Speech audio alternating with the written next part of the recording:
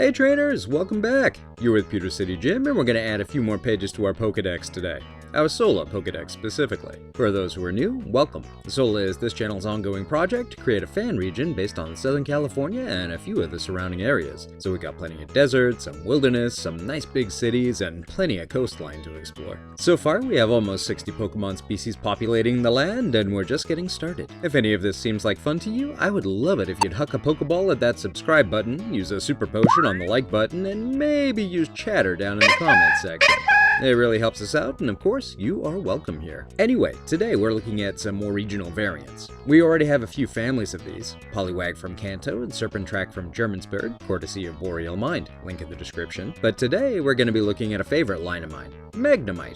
Magnemite is literally the very first artificial or object-based Pokemon. It was created when Satoshi Tajiri simply told Ken Sugimori to make a Pokemon based on magnets. A very simple directive and one which launched a super creative monster. So, while we're waiting on the lab to be operational again, let's take another field trip. A huge part of California's history is based around pulling stuff up out of the ground. Whether it's oil, like in Mentryville, or precious ores and gems like Coloma. A big reason California even became a state in 1850 was because of the amount of wealth generated by the gold rush from 1847 till 1855. Speaking of Mentryville, gold was found near there in 1843 in what would later become Newhall. Mentryville was a big inspiration for Gravel Valley, your starting town in Sola, which has an abandoned mining area walled off as a Pokemon habitat. Anyway, between oil and gold, Newhall and the surrounding area are a pretty good place for getting riches from the ground. How is getting gold best achieved, though? Well, there are a couple of ways. Panning for gold is kind of the easiest way to do it, sloshing around mud and gravel from the riverbeds in a shallow pan and looking for little nuggets and itty-bitty flakes of gold is a really small-scale way to do it. Of course, once you find a vein of gold cutting through rock, you can chip at it with a pickaxe and scoop the bits up from the ground with a shovel. Nowadays, a lot of the hard rock destruction work is done by explosives, and then huge piles of the resulting debris is sorted through by machine, and then it's all treated with a solution that removes the ore from the rock and leaves behind what are called tailings dams, which are just big pools of polluted water and sediment containing a lot of cyanide. Mining on the whole is pretty terrible for the environment, and even back in the 1800s it was awful for the native people of California. That part of history often gets glossed over, which is really pretty terrible. This isn't the place to discuss it further honestly, but I'll post a link or two in the description if you're in the mood for some further reading. Still, this is the world of Pokemon, right? And we'll go ahead and keep things a little more lighthearted. Miners back in the day, instead of blasting or panning or chipping away at rock all by themselves, probably called Pokemon to help them. And if the Pokemon in the area weren't quite what they were looking for, well, who's to say they couldn't perform some, alterations?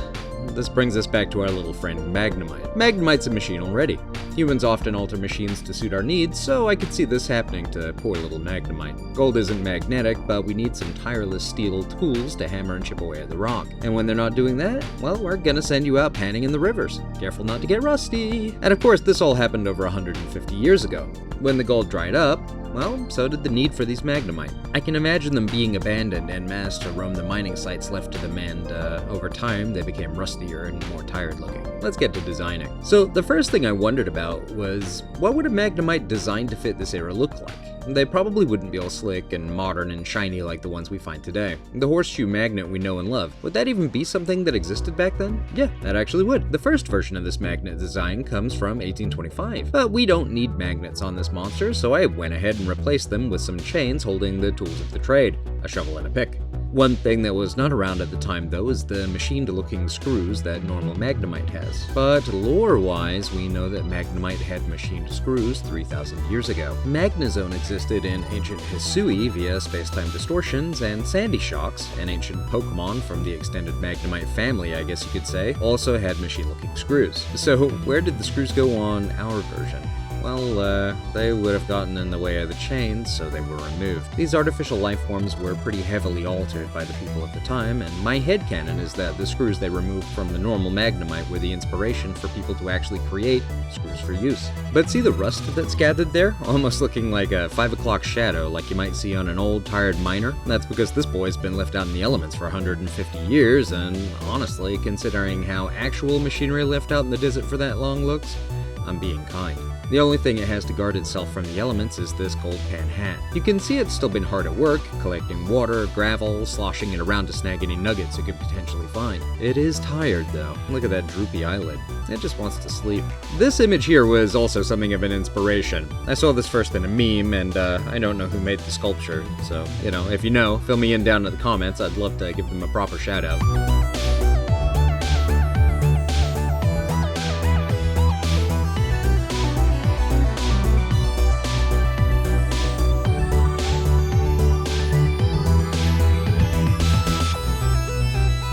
Anyway, here we have Magnemite, Solarian version, the panning Pokemon. Humans altered the original Magnemite of the area to make them better at mining ore. These alterations would be considered cruel by today's standards. They are able to move the shovel and pick they hold by manipulating their magnetic field. Here are your stats and moves. Less electric, more steel and rock, being that those are the typings. Even a few water and poison moves just because of the water in its gold pan and the rust it's got all over it. Oh, this would be Troy's starter Pokemon, by the way. Remember Troy? He's the friendly protagonist you meet early on in your Sola adventure. He loves object-based Pokemon and is scared of animal and plant-based ones. The starter he picks from the lot of 3 is whichever one is weak to yours, but he only ever uses it once. You meet up with Troy again not long after getting your first badge, and he has managed to snag a Magnemite and will use it exclusively in your next battle. His poor Penkelis, Flambot, and Surf have been boxed.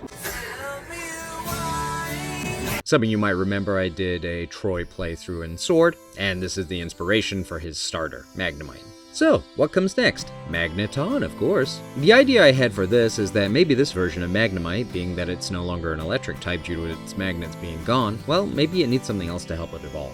Its entire life is shifted from sapping electricity to one of digging and sloshing around for gold, so maybe that's what it uses to evolve. Attach a nugget to this Magnemite, work it up to level 25, and it should gain a new form. Very much like classic Magneton, this is a 3-headed creature.